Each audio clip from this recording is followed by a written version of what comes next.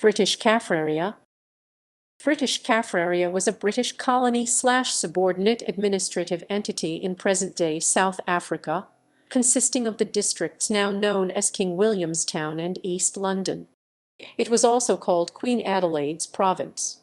The British Kaffraria was established in 1847 when the British colonial government in the Cape Colony annexed the Ciskei region between the Keiskamma and Great Kei rivers and declared it a crown colony. Just 17 years later, it was incorporated into the Cape Colony after the Xhosa people suffered from a great famine following the Xhosa cattle-killing movement of 1856-7 and required relief from the British colonial government in the.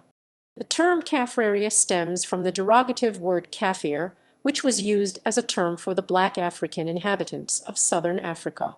The word is derived from the Arabic kafir, that is usually translated into English as disbeliever or non-believer, i.e., a non-Muslim or one without religion.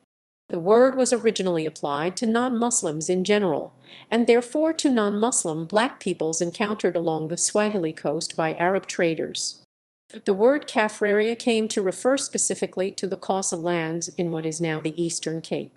Later, the Western Xhosa lands which fell under British rule came to be known as British Kaffraria, while the still independent Xhosa territory to the east in the Transkei region was known simply as Kaffraria proper and would be incorporated into the Cape Colony later. It was inhabited primarily by the Xhosa people, the major branch of the Rarhabe Xhosa. A subsection of British Kaffraria was later reconstituted by the apartheid regime as the semi-independent homeland of Ciskei. Colonial rule. Similar to elsewhere in southern Africa, the aboriginal inhabitants of the area were the Khoisan hunter-gatherers and herders. Early on, these peoples were displaced by the Bantu expansion when it crossed the Kei River from the north. The area was consolidated under the rule of a branch of the Xhosa people. Xhosa rule. The native Xhosa were ruled by the Xhosa chiefs, part of the Rarhabe offshoot of the main Xhosa line. Xhosa Rarhabe, the founding chief, 1797, 13 November 1829. Ngolambane Sandile, 13 November 1829, 1 June 1878.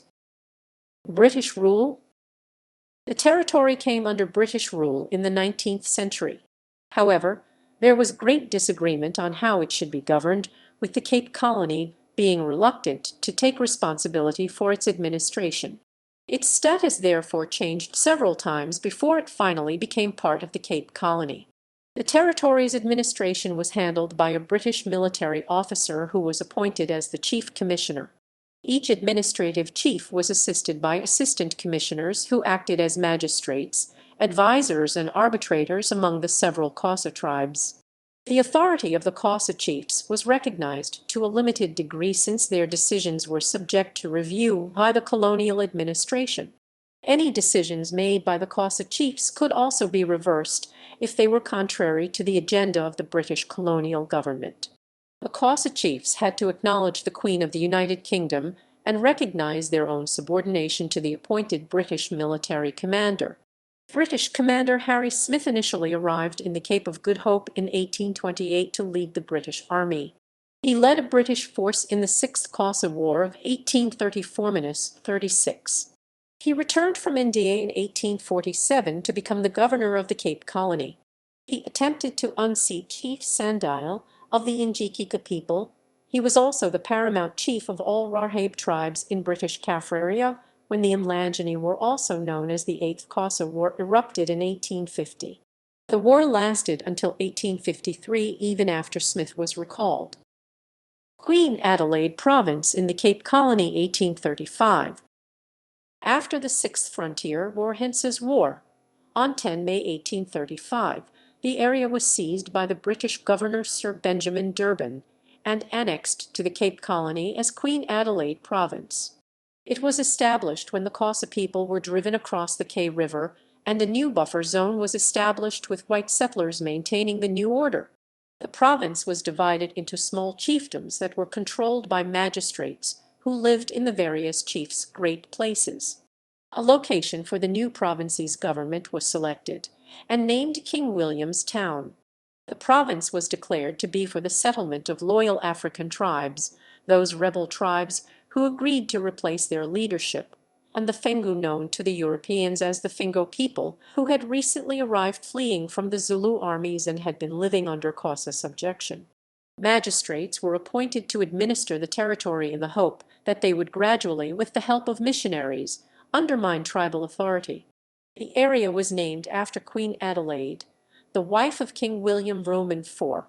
When news of the annexation reached the Colonial Office, the authorities in London expressed their disapproval of Durban's processes. The British government, along with the rest of Europe, was in the wake of the Romantic Age in 1835 and prescribed to a philanthropic approach.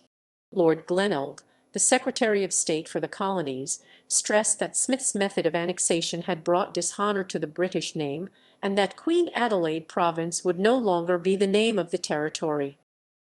A separate Queen Adelaide Land District 1836–1847, only a few months after its forcible joining to the Cape Colony on 5 December 1835, the Cape Colony disallowed the annexation. The province's creation was also condemned by London as being uneconomical and unjust. Queen Adelaide was formally disannexed in December 1836. The Cape's border was re-established back at the Keiskamma River, and new treaties were made with the chiefs responsible for order beyond the Fish River. The area was now renamed Queen Adelaide Land District, with Grahamstown as its capital. Indigenous rule by and large re-established itself in much of the territory, and the land remained a separate entity until 1847. British Kaffraria in the Cape Colony 1847–1866. After the Seventh Frontier War Amatola War, on 17 December 1847, the area was again seized by the new British governor Harry Smith and again annexed to the Cape Colony, this time as the British Kaffraria Colony, with King William's Town as its capital. The new governor reoccupied the abandoned forts, and British imperial troops were moved into the territory.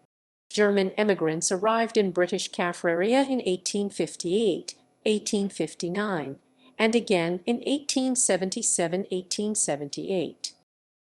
A separate British Kaffraria Crown Colony 1860–1866. On 7 March 1860, in the wake of the Great Xhosa cattle killing, the Cape Colony again disannexed British Kaffraria, and it became a separate Crown Colony. A separate lieutenant governor, Colonel John Maclean, was appointed to administer the colony.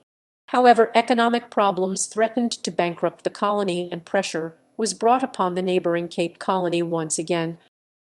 Final annexation to the Cape Colony 1866. It was finally reincorporated into the Cape Colony on 17 April 1866. From 1853 to 1866, the territory used the stamps of the Cape of Good Hope, the mail being sent from Port Elizabeth or overland from the Cape. The area eventually formed the basis of the Ciskei independent homeland.